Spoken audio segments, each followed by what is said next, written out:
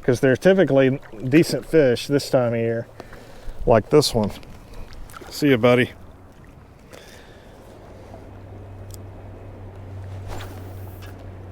Hello there and welcome to the channel, everyone.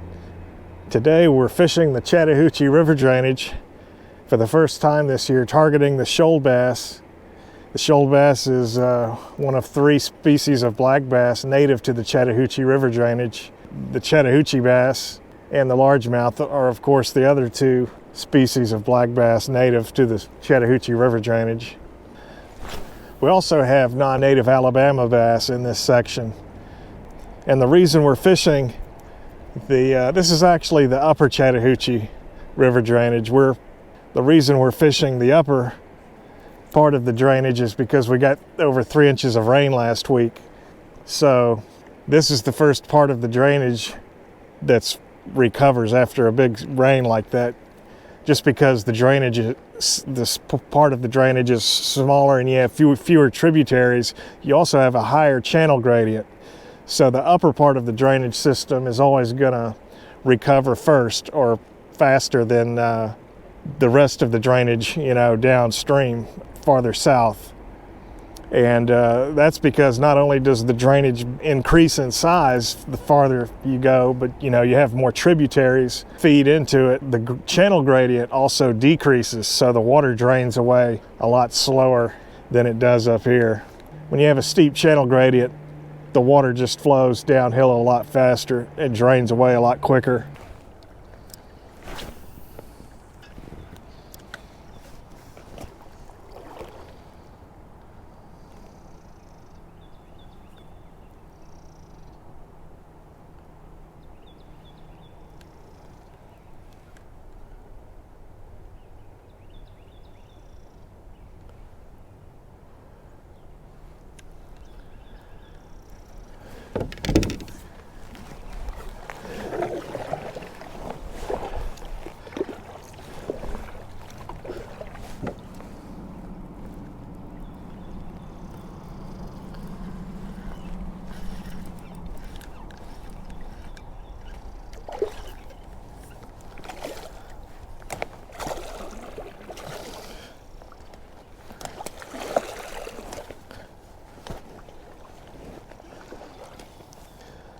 There's our first fish of the day. It is a shoal bass on the old green pumpkin finesse worm.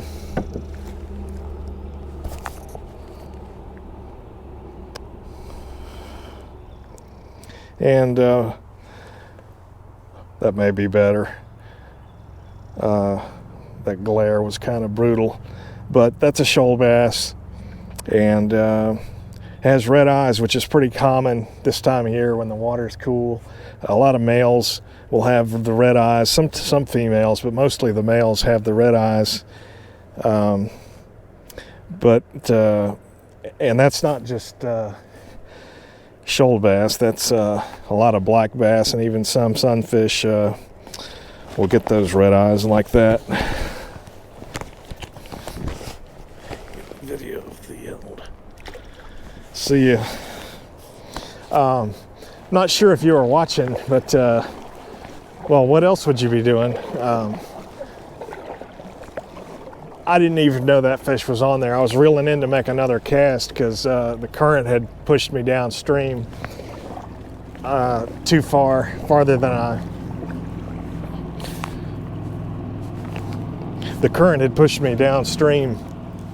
And I was reeling in to make another cast, and that fish was just on there. So, never felt that one, obviously. Just using the old Zoom finesse worm there. Green pumpkin red flake with a 1/8 ounce bullet weight and a 1/0 Gamakatsu offset worm hook. Just pretty standard rig with a 8-pound fluorocarbon.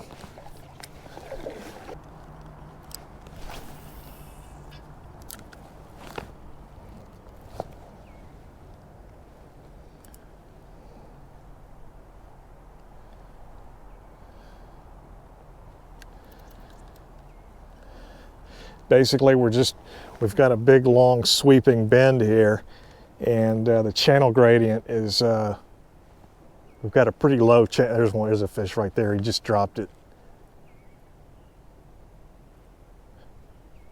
Sometimes when one drops it like that, a bigger one will pick it up on the fall.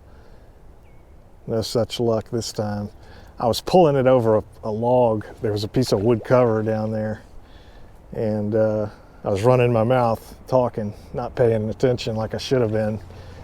But anyway, we've got a big, long, sweeping bend here, like I was saying, and even more important than that is the fact that the channel gradient here is not, it's, you know, almost flat.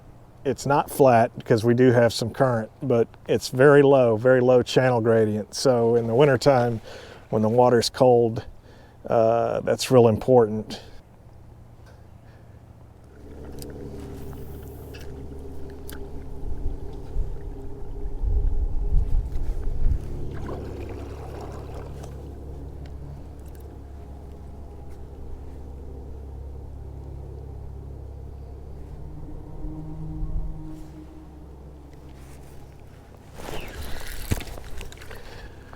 Oh.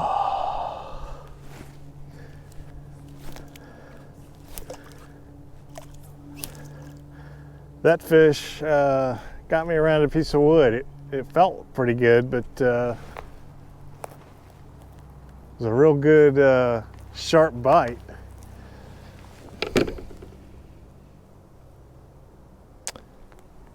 I've got to switch to braid.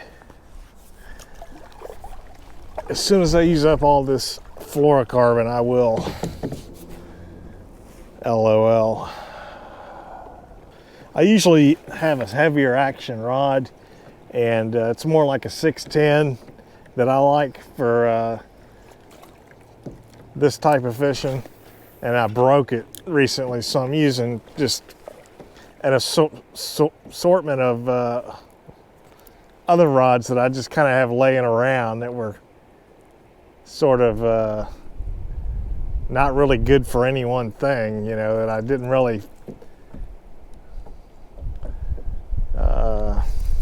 I never found a suitable replacement, basically, is what I'm trying to say. There aren't too many 610 rods that aren't custom made, you know, that are for fishing a Texas rig or a shaky head, you know, unless you want to spend like $400 on a G Loomis, which I'm not gonna drop $400 on a rod that I could break in the river, you know, kayak fishing. That's just me, though.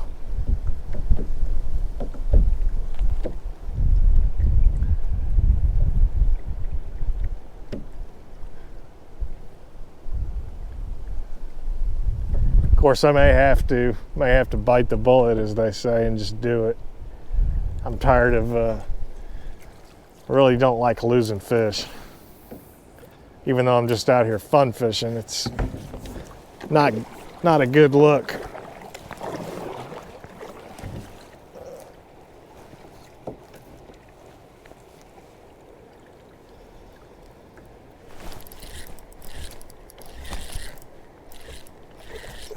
There's one. We got a hook in that one.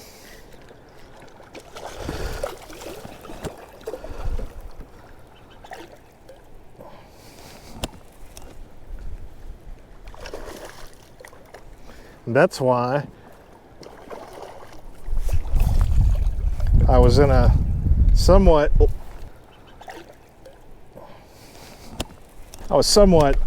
disappointed to break off so many and lose so many, because they're typically decent fish this time of year, like this one.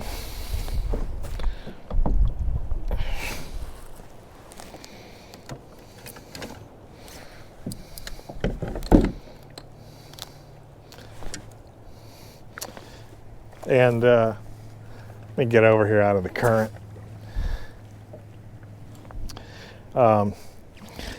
You guys that fish for shoal bass may not see them with the red lips and the crushers very often, but that's from the cold water. we see that a lot up here in the northern part of the state. You know, in the upper part of the drainage, the water gets a lot colder up here in the winter, and that's pretty common for them to get, you know, the red lips like the largemouth, like your pond largemouth. But that's, you know, 2-pound fish, and it's got the red eyes. Nice shoal bass. I probably should put this guy on the board for the bass slam, but I'm not going to worry about that this early in the year. See you, buddy. Thanks for staying hooked.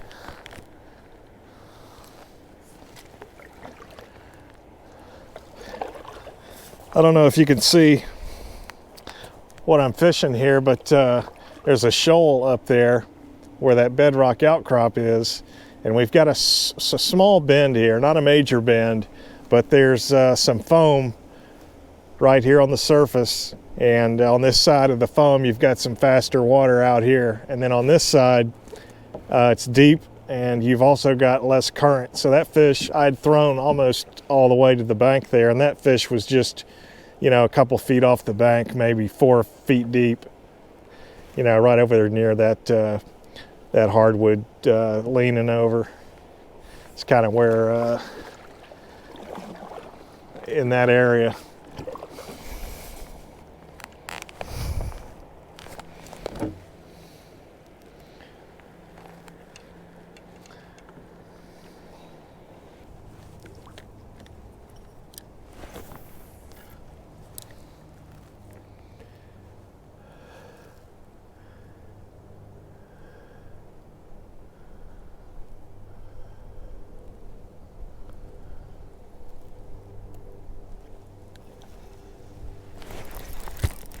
There's one.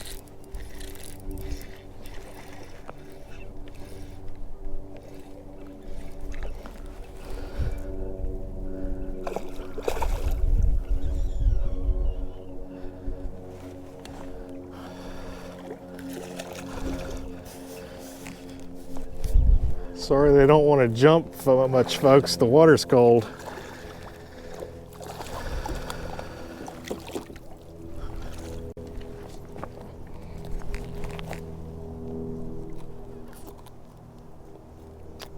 Well, this one didn't break us off.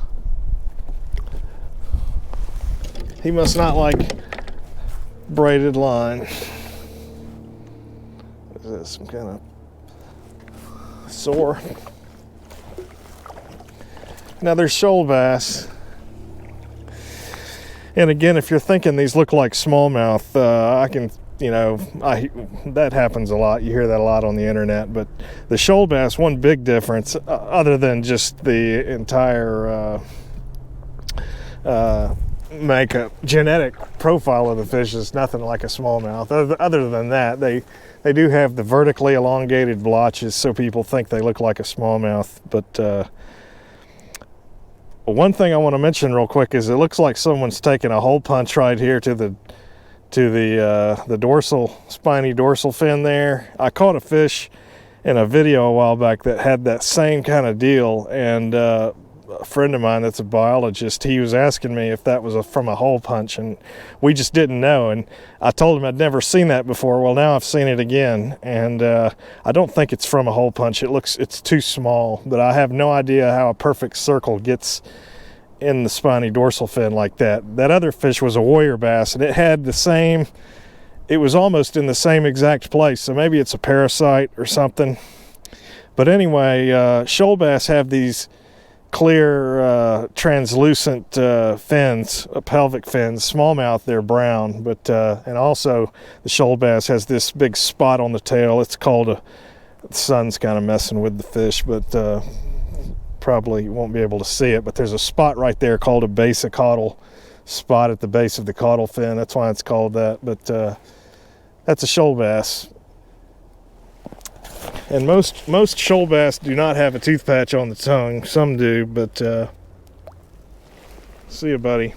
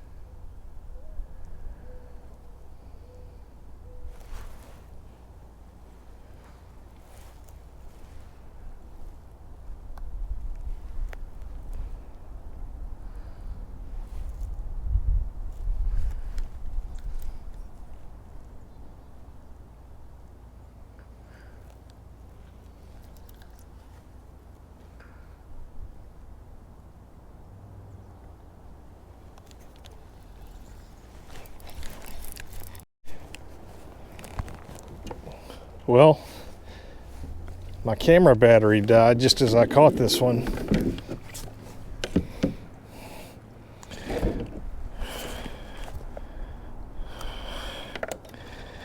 Another solid one. They've all been about the same size, you know, close to 2 pounds. Just solid fish. You know, for the upper Chattahoochee, those are all just really solid shoal bass. See ya, buddy.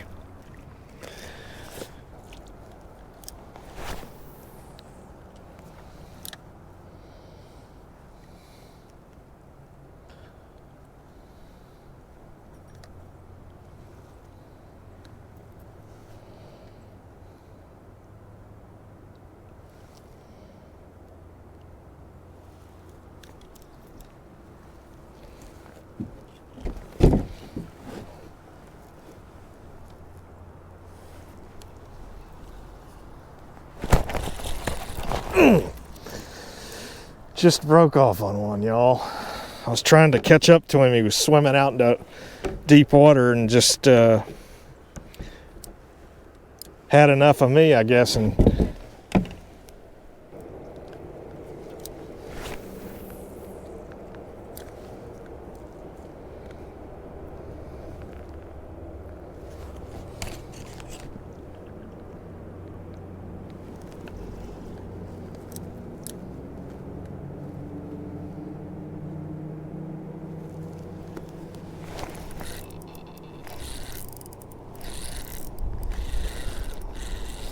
I don't know what this is, but I pulled him over a log. He's jumping like a largemouth.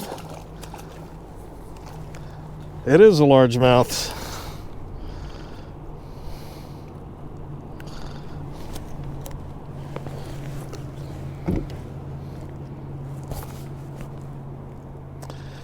Pretty little largemouth.